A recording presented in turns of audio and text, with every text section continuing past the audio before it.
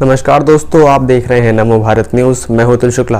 दोस्तों, महाराष्ट्र जहां पर कोरोना वायरस ने अपना हाहाकार मचा रखा है और वहां की सरकार और शिवसेना इसके ऊपर कोई कदम उठाने के बजाय सिर्फ केंद्र पर सवाल उठा रहे हैं। इसका जिम्मेदार भी प्रधानमंत्री मोदी को बता रहे हैं, जबकि महाराष्ट्र में लोग कोरोना के इलाज के चक्कर में आग के अंदर झुलस कर मर रहे हैं। उद्धव ठाकरे इस समय भी कोरोना के ऊपर गंभीर होने की बजाय सिर्फ बयानबाजी में लगे हुए हैं।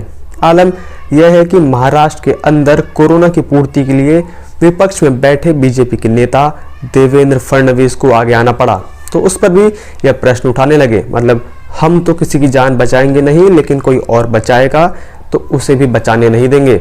दोस्तों, आपको याद ही होगा कि अभी कुछ हफ्तों पहले महाराष्ट्र का वसूली कांड बहुत चर्चा में था, जो कि महाराष्ट्र के अंदर बढ़ते कोरोना वायरस की वजह से कहीं दब गया था। लेकिन अब अचानक से इसी खबर में एक नई कड़ी जुड़ गई है, जिसके बाद जरूर उद्धव की नींद एक बार फिर से टूटी होगी। जी हाँ दोस्तों, आखिर क्या है यह पूरा मामला, मैं आपको बताऊं उससे पहले अगर आपने अब तक हमारे चैनल को सब्सक्राइब नहीं किया है तो उसे सब्सक्राइब कर लीजिए और साथ ही बेल आइकन दबाना मत भूलेगा, ताकि आपको देश दुनिया की तमाम बड़ी खबरें हमारे चैनल के माध्यम से मिलती रहें। इसके साथ ही क्या उद्धव को सबके सामने आकर जनता से माफ़ी मांगनी चाहिए या नहीं, या आप कमेंट बॉक्स में ज़रूर बताएं। दोस्तों, सीबीआई ने महाराष्ट्र के पूर्व गृह मंत्री अनिल देशमुख के खिलाफ एफआईआर दर्ज कर ली है। यह मामला मुंबई के पूर्व कमिश्नर परमवीर सिंह के आरोपों से जुड़ा हुआ है। इस संबंध में सीबीआई कई जगह छापेमारी भी कर रही है। मुंबई के पूर्व पुलिस कमिश्नर परमवीर सिंह ने अपने राज्य के गृह मंत्री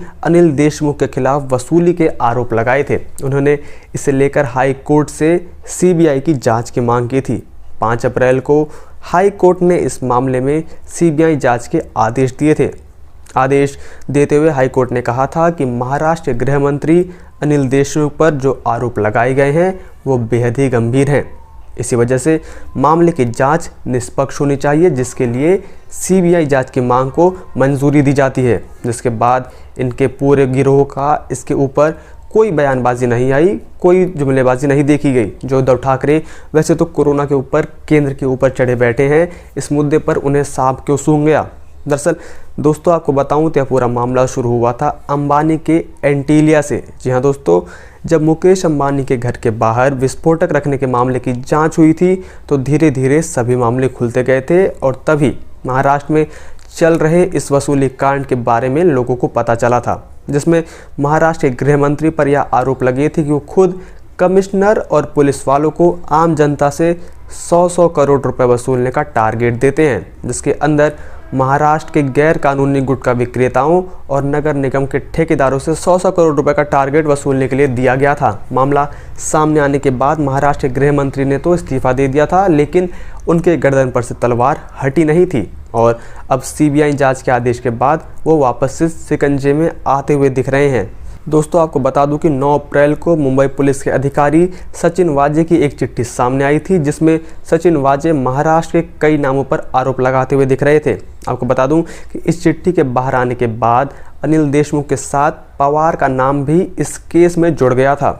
सचिन वाजे ने अपनी चिट्ठी में आरोप लगाए थे कि महाराष्ट्र के पूर्व गृह मंत्री अनिल देशमुख ने उन्हें नौकरी पर रखने के लिए 2 करोड़ रुपए की मांग की थी, जिस पर सचिन वाजे ने उनसे कहा था कि उनके पास इतने रुपए नहीं हैं। इस पर अनिल देशमुख ने उनसे बाद में रुपए देने की बात कही। इतना ही नहीं, सचिन वाजे ने चिट्ठी में आगे बताया था कि शरद पवार उन्हें वापस नौकरी पर नहीं रखना चाहते थे, लेकिन अनिल देशमुख ने उनसे कहा कि वो शरद पवार को मना लेंगे, लेकिन उसकी कीमत 2 करोड़ रुपए लगेगी। तो दोस्तों, अगर आपको भी महाराष्ट्र के अंदर पुलिस में भर्ती होना हो तो आप अनिल देशमुख को 2 करोड़ रुपए दे दीजिए, वह आपकी भी नौकरी लगवा देंगे। इतना ही नहीं, पवार ने आगे भी बहुत से राज खोले थे, जिसमें उन्होंने बताया था कि 20 नवंबर को उन्हें एक ऐसे व्यक्ति से मिलवाया गया था जो महाराष्ट्र के डिप्टी सीएम अजीत पवार के करीबी था। उसका नाम था दर्शन घोड़ावत, और उसी ने सचिन वाजे को महाराष्ट्र में चल रहे अवैध गुटखा विक्रेताओं के बारे में जानकारी दी थी और उनसे उन्हें 100 करोड़ रुपए वसूलने की बात भी कही थी। वहीं चिट्ठी में वाजे ने आरोप लगाया था कि अनिल परब ने वाजे से बीएमसी के ठेकेदारों से 100 करोड़ रुपए वसूलने की बात कही थी। अब अगर मैं आपको मुकेश अंबानी एंटीलिया मामले की बात बताऊं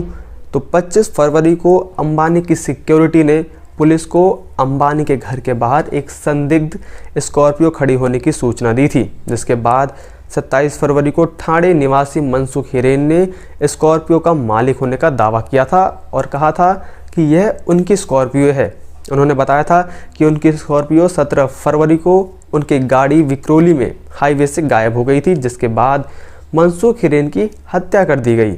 बाद में यह मामला एटीएस को सौंप दिया गया था और जांच के बाद एटीएस ने मनसुख हिरेन हत्याकांड का दोषी सचिन वाजे को बताया था। एटीएस के अफसरों ने बताया था कि कारोबारी मनसुख हिरेन की हत्या कथित तौर पर सचिन वाजे के कहने पर ही की गई थी।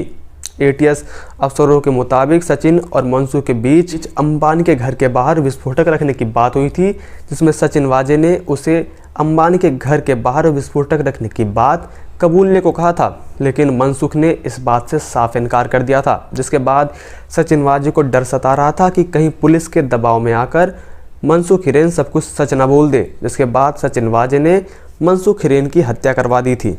13 मार्च को एनआईए ने सचिन वाजे को अंबानी के घर के बाहर विस्फोटक रखने के मामले में सचिन वाजे को गिरफ्तार कर लिया। वहीं जब चारों तरफ महाराष्ट्र सरकार की किरकिरी होने लगी तो सिर्फ लोगों को दिखाने के लिए महाराष्ट्र सरकार ने 17 मार्च को मुंबई के पुलिस कमिश्नर परमवीर सिंह को पद से हटा दिया था। वहीं अब मुंबई हाई कोर्ट ने परमवीर सिंह को भी फटकार लगाई है। मुंबई हाई कोर्ट ने कहा कि परमवीर सिंह अपने कर्तव्यों का पालन करने में असफल रहे। तो दोस्तों, यह है महाराष्ट्र का पूरा वसूली कांड, जो शुरू तो अंबानी के एंटीलिया से हुआ था, लेकिन इसने कई अफसरों की गर्दन पर तलवार लटका दी थी और अभी यह मामला पूरी तरीके से ख़त्म भी नहीं हुआ है। वहीं 2 महीने होने को आ गए हैं, इसके बावजूद भी उद्धव की इसके ऊपर कोई टिप्पणी देखने को नहीं मिली। वहीं शिवसेना अपने एडिटोरियल सामना में महाराष्ट्र के अंदर बड़े कोरोना मामले का जिम्मेदार भी प्रधानमंत्री मोदी को ठहराता है। वहीं महाराष्ट्र में कांग्रेस के नेता बीजेपी के ऊपर बेबुनियाद आरोप लगाते हुए नजर आते हैं, लेकिन इनका इस मामले पर कोई टिप्पणी नहीं है, कोई कथन नहीं है।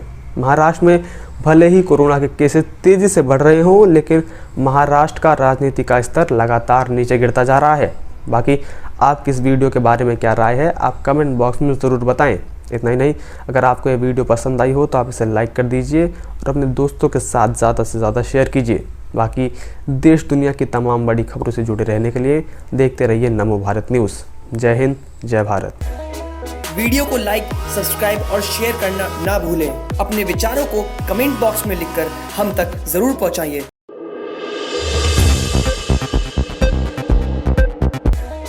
वीडियो को लाइक, सब्सक्राइब और शेयर करना ना भूलें। अपने विचार